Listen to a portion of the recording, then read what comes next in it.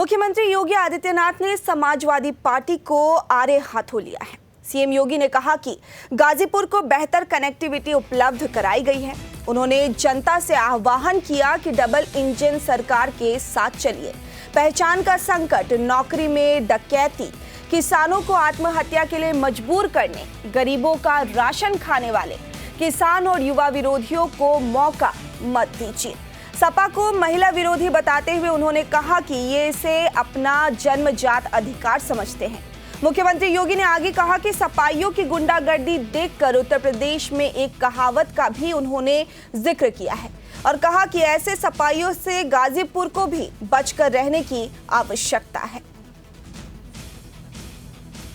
बहनों और भाइयों, ये आपकी प्रगति को गति देने के लिए और उसको समृद्धि में बदलने के लिए किए जाने वाले डबल इंजन सरकार के प्रयासों का एक अभियान है और उसी अभियान का हिस्सा बनाने के लिए आज मुझे इस जनपद में आने का अवसर प्राप्त हुआ है।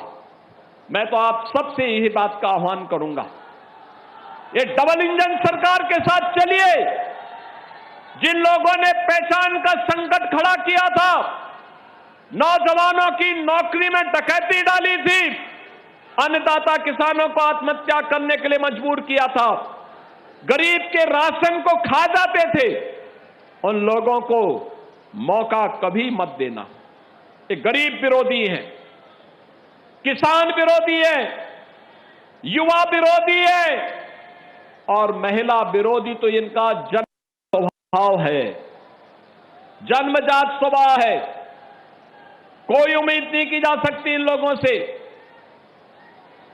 महिलाओं के बारे में तो इनके जो विचार हैं वह अत्यंत खतरनाक हैं, इतने खतरनाक हैं बहनों और भाइयों, ये बहुत ही खतरनाक हैं। और तभी तो कहावत चल पड़ी थी प्रदेश में कि देख सपाई बिटिया घबराई, यानी जिसको देख करके बिटिया अपने आप घबरा जाती हो, ऐसे समाजवादियों से तो आपको बचकर के रहने की आवश्यकता है। गाजीपुर को बचकर के रहने की आवश्यकता है। जिन लोगों ने यहां के पहचान पर संकट खड़ा किया था, उनसे बचने की आवश्यकता है। और मैं खास तौर पर युवाओं से कहूंगा, याद रखना, नए भारत में आपका भविष्य उज्जवल है, आपका भविष्य उज्जवल है। हमारा युवा सीन प्रतिभाशाली है, ऊर्जावान है। ऊर्जा सकारात्मक दिशा में जाएगी तो प्रगति के नए नए प्रतिमान को स्थापित करेगी।